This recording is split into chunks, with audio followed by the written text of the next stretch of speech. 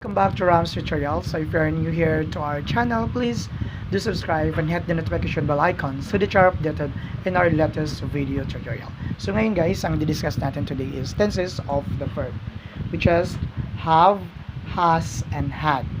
Remember, have, has, and had are all forms of the verbs, but they are used in different tenses and contexts. Have are what you call plural nouns. Has, singular nouns. Si had naman po is past tense po to. Okay? So, let's have first under have, we have I, then we, you. Sulat natin dito para mas mabilis natin makomplete ang sentences natin. They. Okay? Again, plural po to ha, plural noun. Okay? So remember, have and has as present tense po to. Present tense. Okay, present tense po yan. But have, plural noun. Si has naman po, singular noun. So ang gamit nito, so we have here he, she, it. Okay? That is for the singular noun, third person subjects. Lagyan natin dito singular. Okay, isang tinito lang dito. Singular noun. Si had naman po is past tense or past perfect tense po ito. Ayan. Okay, now let's start with number 1. I blank a nice smile. I means here, so we're going to write have. I have a nice smile. Next, she blank a dog. So we have here she. So we're going to write here has.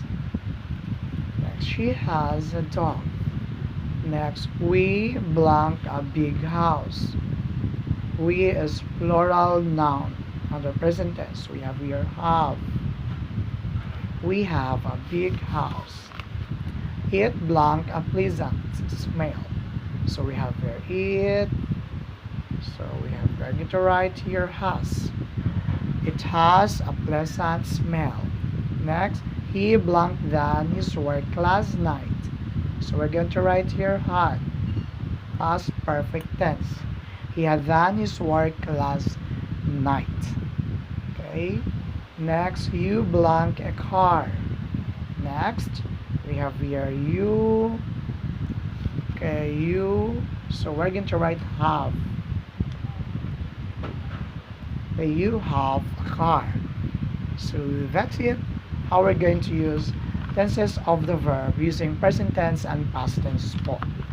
So have, I, we, you, they. Has, he, she, it. Si has singular, si have plural noun. Pero ang tawag sa kanila have and has present tense po. Si had past tense. So this have, has, had are what we call tenses of the verb or what we call different tenses. Okay? So yun ang mga gamit nila guys para makompleto po natin ang mga incomplete sentence po. To complete this, we should follow the what we call tenses of the verb or the present tense and the past tense of the verb. Okay? Again, I have a nice smile. I have here I. That's have because remember have is a plural nouns. Okay? Plural nouns po kay have. Next, kay has naman po is singular noun. Had is past tense po dito or past actions. She has a dog, so she belongs to has. We have a big house, so we have a have, that is a plural nouns. It has a pleasant, it belongs to has, that's singular noun. He had done his work last night, that is under past tense, that's had.